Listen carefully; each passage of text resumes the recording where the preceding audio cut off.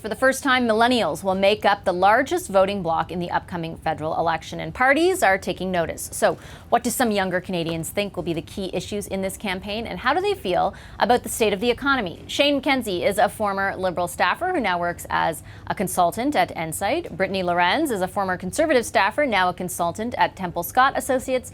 Ali Chatour is the co-chair of the Young New Democrats, and Avery Velez is co-chair of the Young Greens. They all join us from our Ottawa studio. I wish I was with you there, guys. Nice to see you.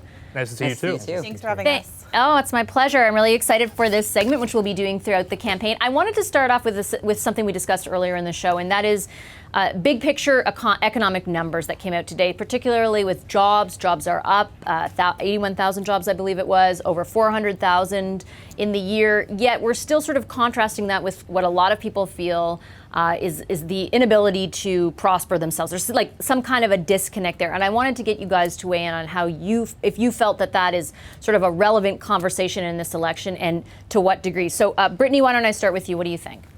Yeah, so I think that's a very relevant topic for young folks, especially due to the fact that a lot of people are graduating with degrees, struggling to find jobs in their field.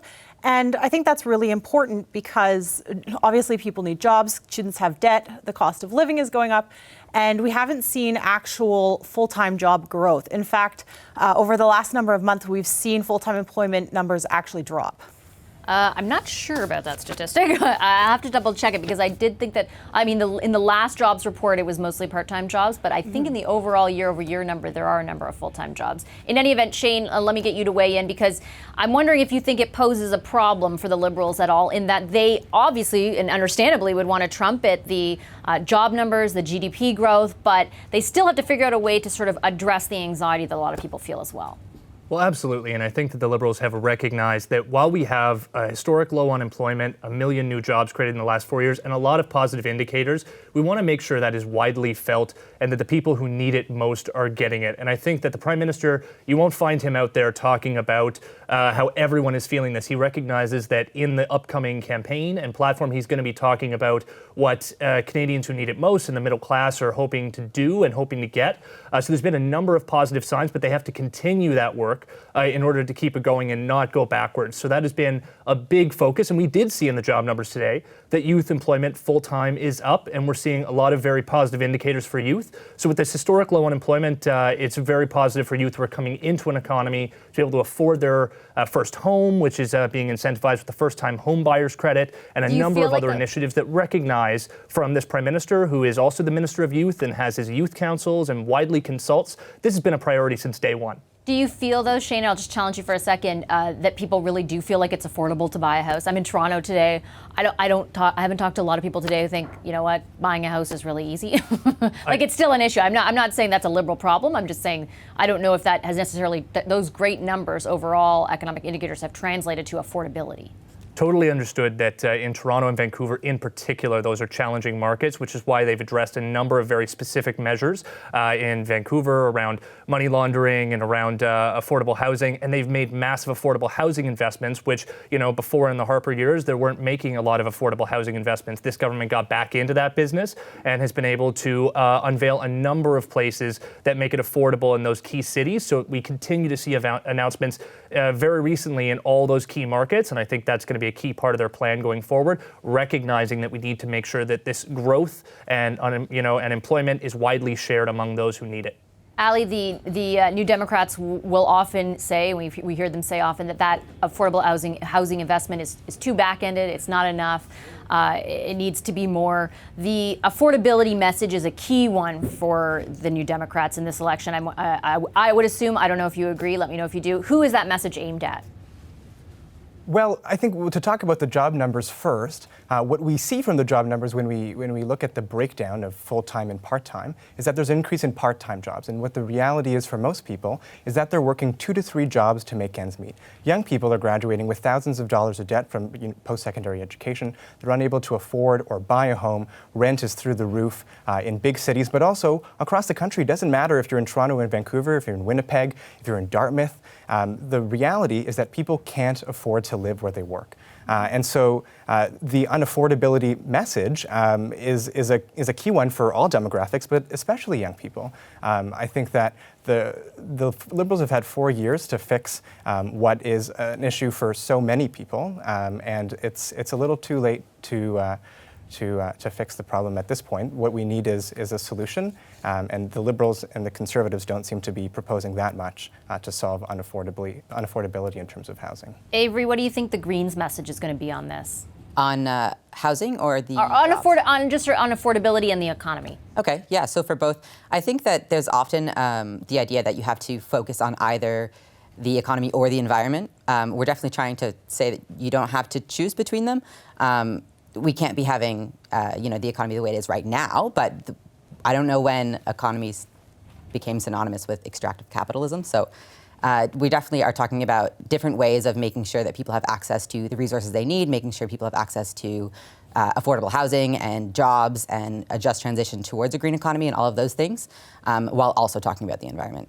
It's interesting that you bring up that sort of the two issues. I'll go to you, Brittany, because there was a poll out from Angus Reid, I think it was yesterday or the day before, we interviewed Shachi Kurl, of course, with Angus Reid about it, that showed when it comes to issues that voters, especially persuadable voters, so swing voters, are interested in, there has been a big shift since 2015. A lot of it has to do with what's going on in the world, what people are aware of, but whereas the economy in 2015 was top of mind for those swing voters, it has really been reduced in importance and the environment has supplanted it. What do you think that means for the Conservatives, and does it mean that we need to hear more from Andrew Scheer on his proposals for climate or fighting climate change?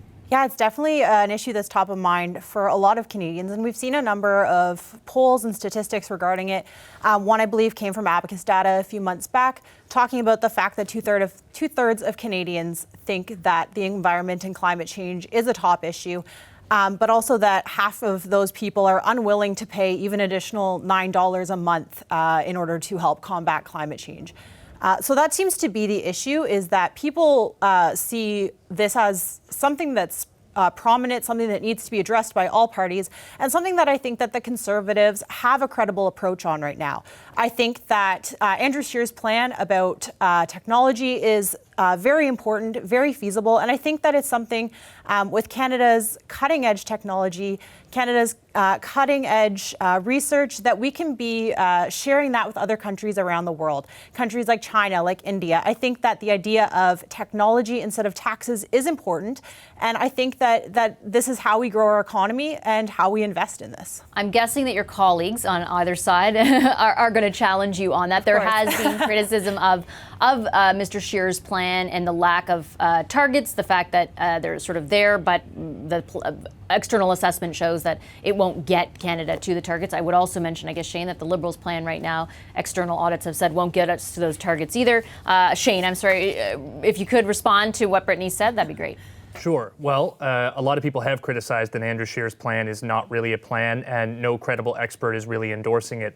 There's been a number of things that have been happening for clean tech and clean jobs, and those things are already priorities. So I don't find Andrew Scheer's plan brings anything new. And we do understand that we have to get to bigger targets, and there has to be ongoing work. And I think the Liberals have been doing that, keeping Canadians on side and doing a number of things, from banning single-use plastics to phasing out coal to the Oceans Protection Initiatives to protecting 14% of the land when it was only 1% under Harper. So there's a number of initiatives that are all ongoing. It's not just a price on carbon, it's a comprehensive approach.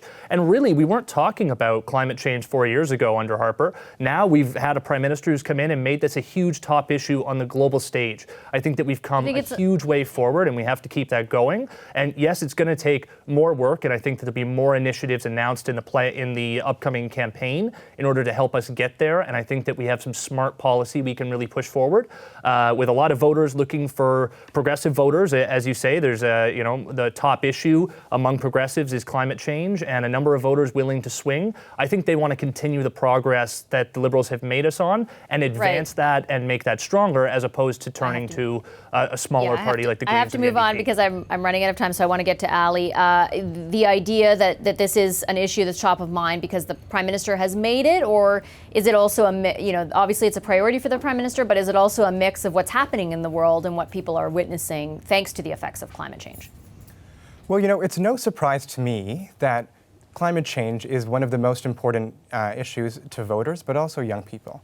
If you think about what's happening across the country, wildfires in Alberta and in Quebec, flooding in Ontario and in Saskatchewan, when we have millions of people, young people, walking in the streets and cities across the country demanding for action, we have to stop talking about climate change as it's a small problem. We're in a climate crisis. The Liberals say they have a plan. The targets are not being met. Jagmeet Singh and the NDP have a plan as well, but one that creates accountability in terms of what they want to do. So in the United Kingdom, there's a system that would allow for the government there's an external organization that keeps the government accountable to their That is one of the big targets. problems, right? Yeah. Setting targets and not meeting them. And not Final meeting, word and Stephen to- Harper had the same problem. So Justin Trudeau and Stephen Harper are not meeting the targets that they say they're going to meet. Although there's still going to be a lot of questions for the two parties who haven't been in power and their plans. Avery, I've just got 30 seconds left. Final word to you. Sure. Just speaking about targets, I know that Shane said that the Liberals have, talked about climate change more than Harper did, but it's important to note that the targets are the same as they were under Harper, and even still they're not being met. And even if they were being met, they still wouldn't be enough to meet the Paris Agreement targets, which is still not enough to curb climate change. So, it's important to realize that, the establishment parties, they talk about things, and they're talking about things a lot more, and that's important. But we also have to look into what's actually going to be effective and what we actually need to do to save our planet. I imagine this and the economy will both be issues we talk a lot about during the campaign. I really want to thank all four of you for making time for us this evening. Thanks to Shane McKenzie, Brittany Lorenz, Ali Chatur, and Avery Velez. Thanks, Thank Vashi. you. Thank you. Thanks. Hi, I'm Vashi Kapellos, host of Power in Politics. See more of our show by subscribing to the CBC News channel or click the link for another video. Thanks for watching.